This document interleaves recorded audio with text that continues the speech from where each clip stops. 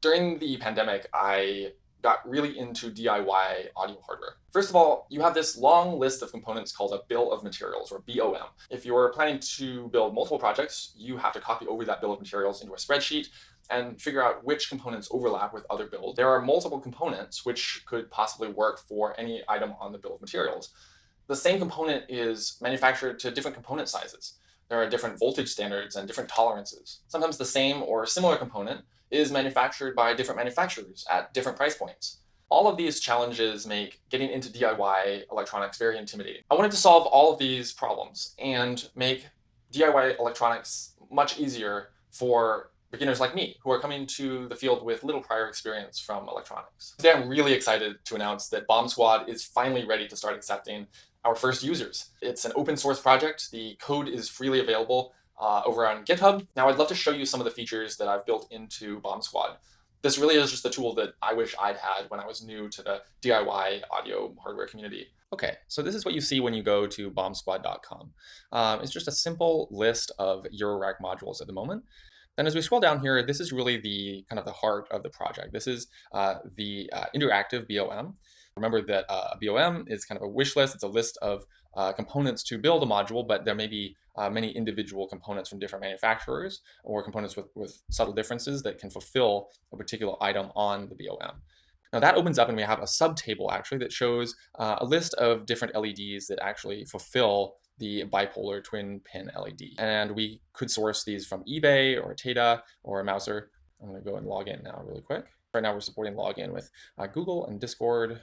Now you can see that the interactive BOM looks a little bit different. So this is really where the power of this platform comes from. So the interactive BOM is aware of the items that exist in your personal inventory, and it cross-checks your BOM against your personal inventory. So you can see the rows that are highlighted yellow and have this little folder icon. Those are rows where some component is in sufficient quantities in my inventory to build this component. There's a shopping cart, so you can see the shopping cart. That means that I have sufficient components in my shopping cart. And then you can see some darker yellow rows, and those are rows where I both have sufficient components in my shopping cart and in my inventory. And so this is the inventory of components. This represents your physical inventory, where you store components. You can specify a location. So you can see this location column here. Your location is represented by a tree structure. So for example, I know that I'm storing this 1 kilo ohm resistor in the closet on the top shelf. You have the option to add this either to your inventory, in which case you can specify a location where it will be stored immediately, or you can add it to your shopping list. I'm going to add this to my shopping list. Now we're going to go take a look at the shopping list. Now this is one of the most powerful features in BOM Squad, and you can see that I need this same component for both of these builds. The shopping list is kind of a meta shopping list. You can see that I need to place an order for several different suppliers, but it does total up the price for you, and it shows you how much it's going to cost. You can certainly add that to your inventory, and you can specify a location directly here as well. If you have received all of the components, you can also add all to inventory.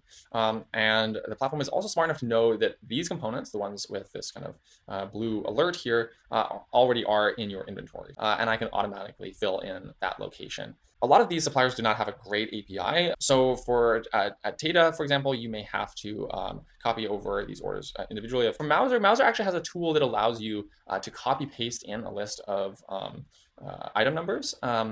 And it will automatically populate a cart for you over on Mouser. So there's a feature here where we can copy that list of components, and we can paste that right in to the Mouser BOM tool as well. You can save a shopping list if you have a favorite shopping list that you like to order. And if you go to save lists, you have your saved lists here, and you can automatically copy that back into your shopping cart. Now, if we take a look at the inventory, there's a couple features here as well. Oftentimes when I'm soldering late at night, I don't really want to be looking at the bright computer screen. But I also want to be updating my inventory, right? So I've built this soldering mode, and the soldering mode has a dark mode, which is a little bit easier on your eyes. It also just increases the text size of all of your components. And you can edit your location directly here. And of course you can edit your quantity in your. Now, speaking of keeping your inventory updated, so we actually have a version history. All of your changes to your inventory are tracked as well in case you make a mistake. Now, of course, there's also the option to download a CSV of your inventory if you would like to do that for any reason. There's a few other things here. You can add components to your build or your want to build lists. Those appear here. And you also have the option to add notes. So you can keep track of your past experience building that module. And then one last thing, something I really wanted to build into this platform was a feeling of community and just basically crowdsourcing knowledge about DIY audio hardware. You can comment on the module itself.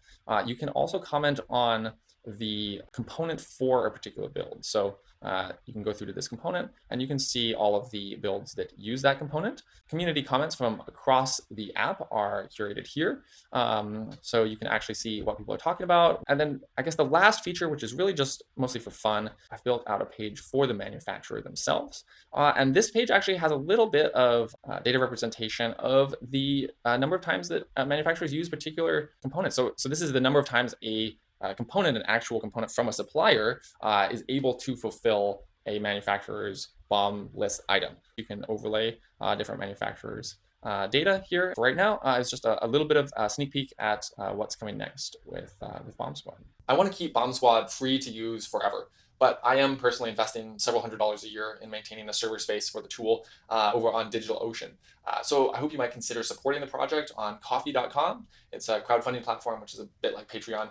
And I'm going to include a link here in case you would like to support the project. As a thank you to those who join at the subscriber tier, I'm going to be incorporating your suggestions for modules and features to add to the project over time. And either way, I hope the tool is useful. I hope it's fun to use. And I would love to hear your feedback and suggestions on the tool. I will see you over on bomsquad.com.